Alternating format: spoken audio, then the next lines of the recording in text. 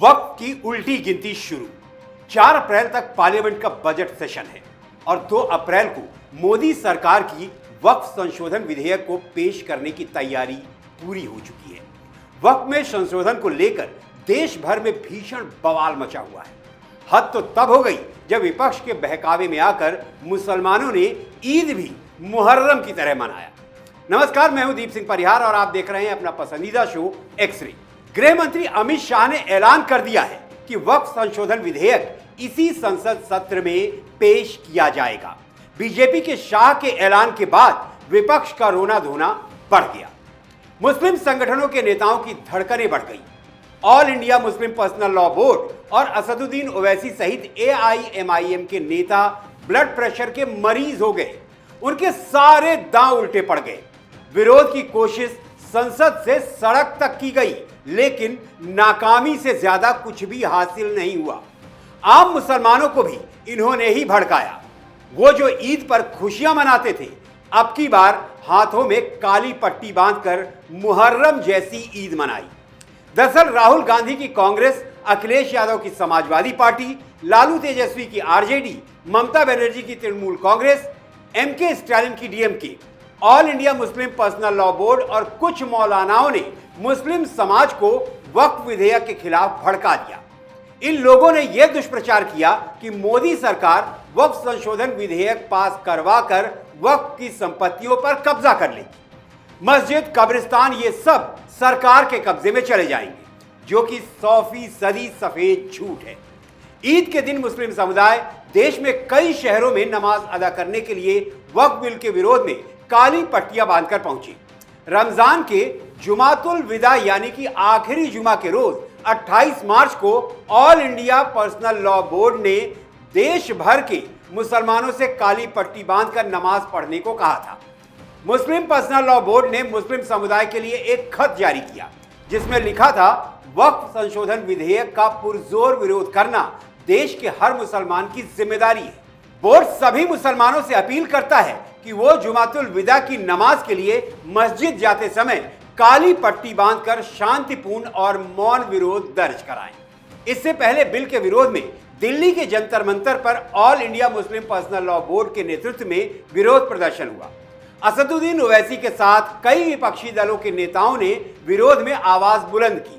मोदी सरकार में शामिल JDU के नीतीश कुमार और TDP के चंद्रबाबू नायडू को अपने पाले में खींचने की कोशिश की गई, लेकिन सब बेकार। नीतीश कुमार और चंद्रबाबू नायडू ने मोदी सरकार के समर्थन का संदेश दे दिया है, यानी कहीं से कोई फायदा होता नहीं दिख रहा है। एक बात तो साफ साफ दिख रही है कि मोदी सरकार ने तय कर लिया है कि 2 अप्रैल को वक्फ संशोधन विधेयक संसद में चर्चा के लिए लाया जाएगा। गृह मंत्री अमित शाह ने खुद कहा कि वक्फ संशोधन विधेयक से किसी को डरने की जरूरत नहीं है। हाथ से बाजी निकलती देखकर कांग्रेस ने एक और दांव खेला।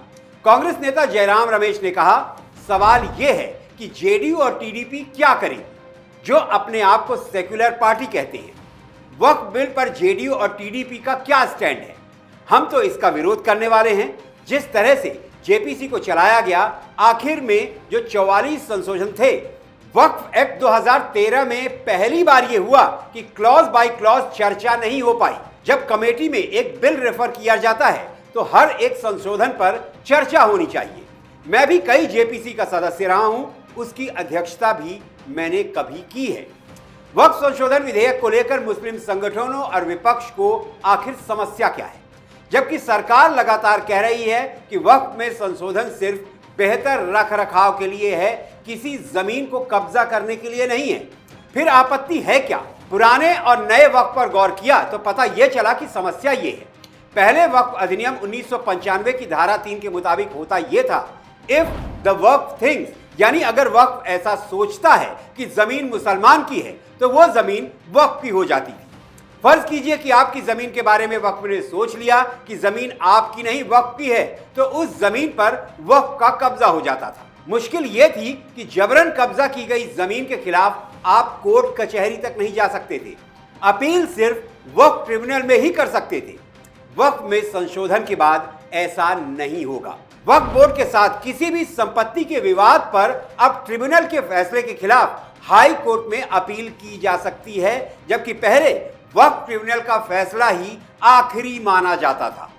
आपत्ति नंबर 2, द वक्फ थिंग्स पर जमीन पर वक्फ का कब्जा हो जाता था, लेकिन अब दान किए बिना किसी भी संपत्ति पर वक्फ अपना दावा नहीं कर सकता।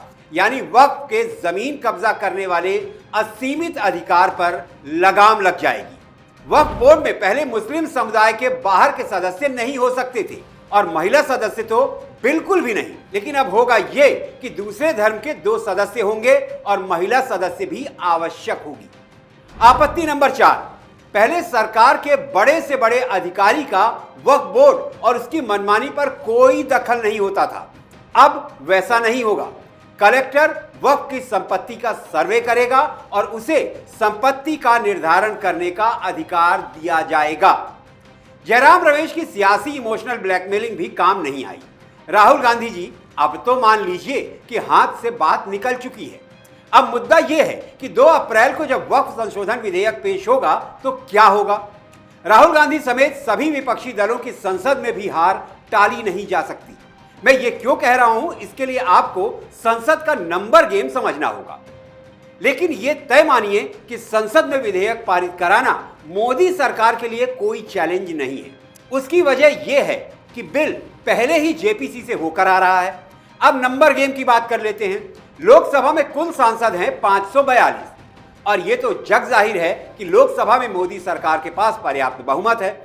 अगर ध्वनिमत के अलावा बिल पर वोटिंग भी कराई जाती है तो भी मोदी सरकार के पक्ष में यह बिल बहुत आसानी से पारित हो जाएगा।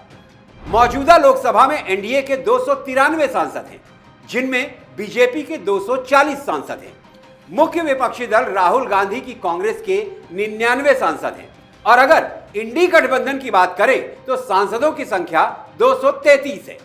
कुछ सांसद निर्दलीय भी हैं और कुछ सांसद ऐसे हैं जो ना तो एनडीए का हिस्सा हैं और ना ही इंडी गठबंधन के। तो कुल मिलाकर 293 वोट पड़े तो वक्फ संशोधन विधेयक पास हो जाएगा।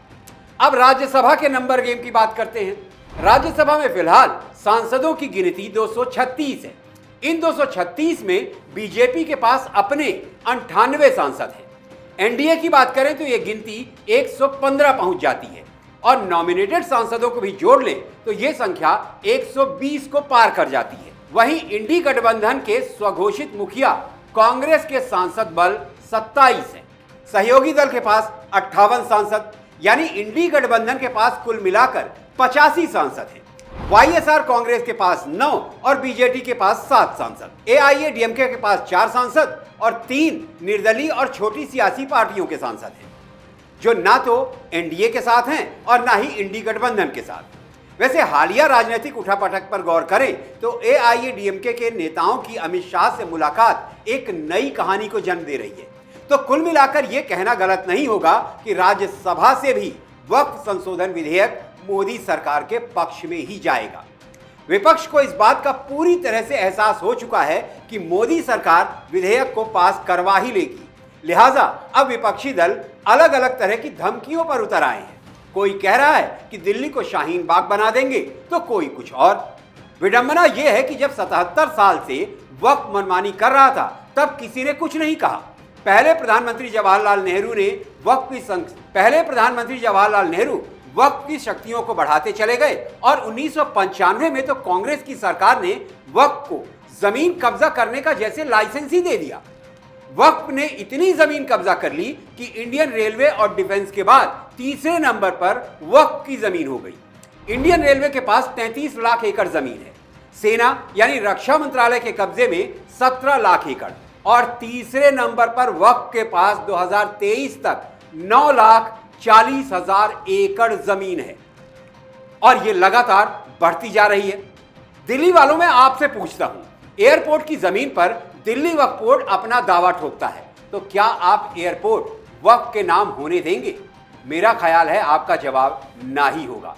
एक और सवाल, हर जगह वक्फ संशोधन विधेयक का विरोध हो रहा है, आपका इस बारे में क्या सोचना है?